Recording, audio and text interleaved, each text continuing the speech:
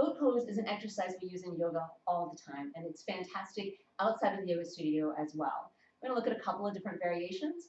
All of these tend to target the front of the muscles and sometimes into those hip flexors depending upon where you have more strength and where you're needing to develop more strength. So to start with, we're going to begin with the simplest, most straightforward variation of a boat. So coming into a seat, you're going to flex your feet, keep your heels planted on the mat to begin with, and then just start to lean back. You can even place your hands just behind your thighs for a little bit of support. We're leaning back to find a nice long incline.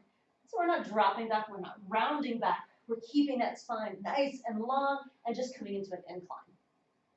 For a lot of people, right here, you're already starting to feel stuff. If this is where you need to pause, this is where you pause. Otherwise, you bring your feet up off the mat. I've got my hands forward. This is one variation. Again, you can come to that support of hands behind the legs, nudging yourself up a little higher, encouraging yourself to lift through the chest. If this is still really intense on your lower back, instead bring your hands to rest behind the mat, behind you on the mat. Notice I'm not dropping into my arms. I'm barely resting on my fingertips, but I'm giving myself, again, that encouragement to lift up through the chest. So this is high boat, whichever variation you need. If even here is just not enough for you, extend the legs, adding a little bit more. You even from here, reach the arms up. Notice I start to round there. It's a little more intense than I need today, but high boat.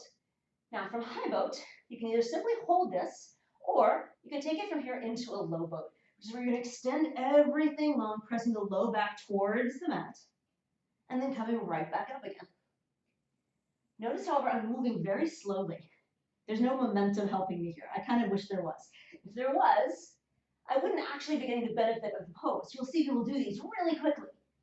And you do get something out of it. You're getting a little cardio, but you're starting to get more momentum, more rocking back and forth to pull yourself up into the pose, rather than actually using the musculature to lift yourself up into the pose.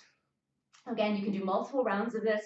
You can hold each posture for several moments before moving to the next one, just trying not to move super quickly and working your way up to get a little bit more intensity, a little bit more time.